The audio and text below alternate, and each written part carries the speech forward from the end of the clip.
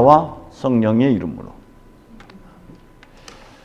요한의 복음과는 달리 제자들의 부르심이 바닷가로 전하고 있습니다.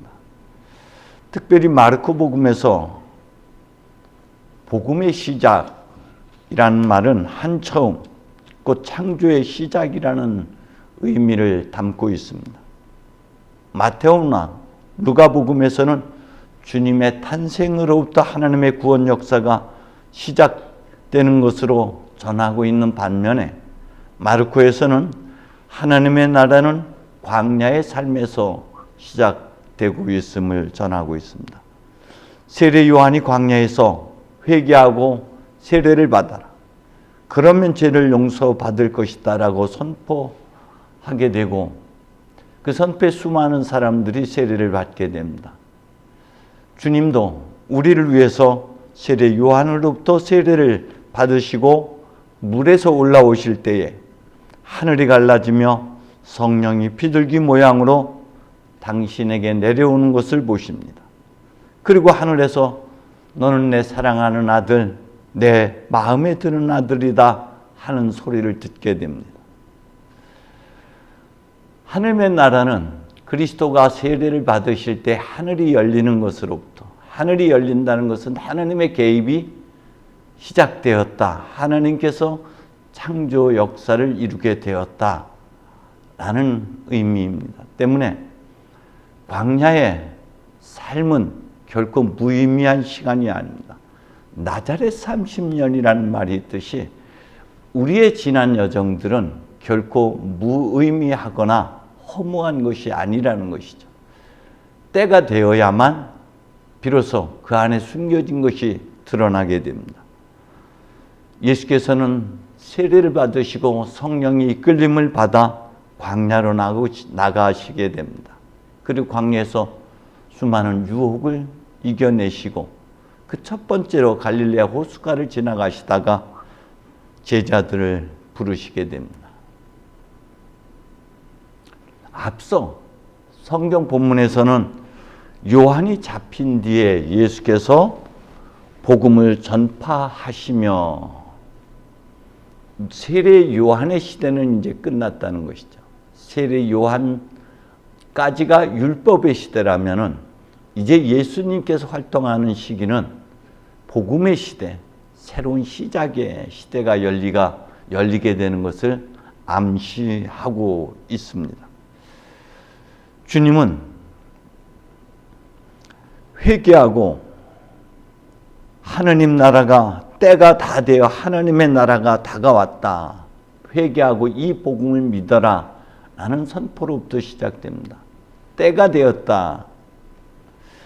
이것은 하나님의 때를 의미합니다. 일정한 절기나 일정한 모든 보편적인 그런 시간을 의미하는 것이 아니라 하나님의 시간, 각자 자신만이 갖고 있는 고유한 시간들. 나무에 꽃이 필 때도 보면 한 나무인데도 불구하고 햇빛을 많이 받은 곳은 먼저 활짝 만개하고 덜 받은 곳은 뒤늦게 만개하는 것을 보게 됩니다. 그처럼 각자 자신만의 고유와 나자렛 30년이라는 그러한 기다림의 시간, 혹은 하나님께서 기다림의 오랜 하루를 천년같이 천년을 하루같이 그런 긴 기다림의 시간을 마감하고 이제 하나님께서 움직이실 때가 되었다. 이제 하나님의 나라는 너희 손아귀 안에 있다. 하나님의 나라는 이제 너희 안에 있다. 그러니 회개하고 이 복음을 믿어라 라고 선포하고 있습니다. 하나님께서는 너에게 자비 베풀 만한 때 내 말을 들어주었고 너를 구원할 날에 너를 도와줬다. 지금이 바로 그 자비의 때이며 오늘이 바로 구원의 날이라고 고린도후서 6장은 전하고 있습니다. 이처럼 하나님께서 인간의 시간에 개입함으로 인해서 그 시간이 충만하게 되는 것입니다. 이 새로운 창조의 시작을 위해서는 우리의 회개가 선행되어야 합니다. 하나님께로 돌아가야만 복음 자체이시고 말씀 자체이신 주님의 말씀과 그의 삶으로 우리가 회개해야만 비로소 하느님께서 우리 안에서 새로운 창조의 역사를 시작하시게 된다는 것입니다. 때문에 그 출발점은 나를 따라오너라. 그러면 내가 너희를 사람 낚는 어부가 되게 하겠다라는 선포에 응답하는 것이 곧 첫 번째 회개가 되는 것이죠. 이런 하나님의 초대에 응답하는 것이 그 시작이 되는 것입니다. 그것은 우리가 갖고 있는 가치관, 우리가 세상을 바라보는 관점을 바꾼다는 의미인 것이죠. 이것이 첫 번째 돌아섬이고 첫 번째 회개가 되는 것입니다. 자기중심적이고 이기적인 삶에서 하나님 말씀에 순종하는 삶, 인간의 생각에서 하나님의 말씀을 따르는 삶으로 전환하는 것, 그것이 회개의 시작이고 동시에 하나님의 구원의 역사가 우리 안에서 시작된다는 것이죠. 이제까지 우리가 노릇, 역할에 집착했다면 이제는 멈추고 존재로 돌아서야 하는 것이 회개입니다. 생존하기 위해, 살아남기 위해 쓸모있는 인간이 되고자 노릇, 역할에 우리는 집착했습니다. 이제 있는 그대로의 나 자신을 바라볼 필요가 있습니다. 본래 면목과 마주해야 됩니다. 하느님께서 보시니 참 좋았다 했던 그 대상이 누구냐면 바로 우리 자신이라는 것이죠. 내가 바로 그 사람인 것입니다. 참 좋다. 그런데 우리는 하나님께서 그렇게 좋다 했던 나의 모습을 있는 그대로 바라보지 못하고 있다는 것이죠. 때문에 낚아야 될 사람, 그것은 자기 자신입니다. 우리가 주님을 따르는, 말씀을 따르는 여정에서 우리는 우리 자신의 정체성, 우리 자신의 본질을 다시금 회복하게 되는 것이죠. 우리로 하여금 사람 낚는 어부가 되라는 것이 아니라 하나님께서 되게 하겠다는 것이에요. 그것은 우리가 말씀에 순종하는 삶의 여정에서 마치 예수님께서 변화산에서 기도하시는 중에 그의 모습이 변했던 것처럼 모세가 하나님의 산에서 하나님과 마주하는 동안에 그의 살같이 변했던 것처럼 이런 변화의 여정, 그 변화라는 것은 잃어버렸던 우리의 정체성, 신적 본질, 우리의 존재를 다시금 회복하는 것, 그것이 낚아야 될 우리 자신, 우리 자신의 정체성들이죠. 저는 전등의 삶이라는 말을 굉장히 좋아합니다.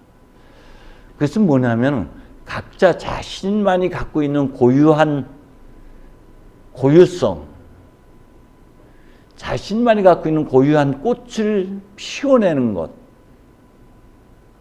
그것이 존재를 회복하는 것이라면 자신만의 꽃을 피워낸 사람의 모습을 보고 흔히 요즘은 그걸 롤모델이라고 표현들 하죠. 그 사람을 보고 자신의 내면 안에 감추어졌던 숨겨져 있는 자신만의 고유함을 발견하게 하고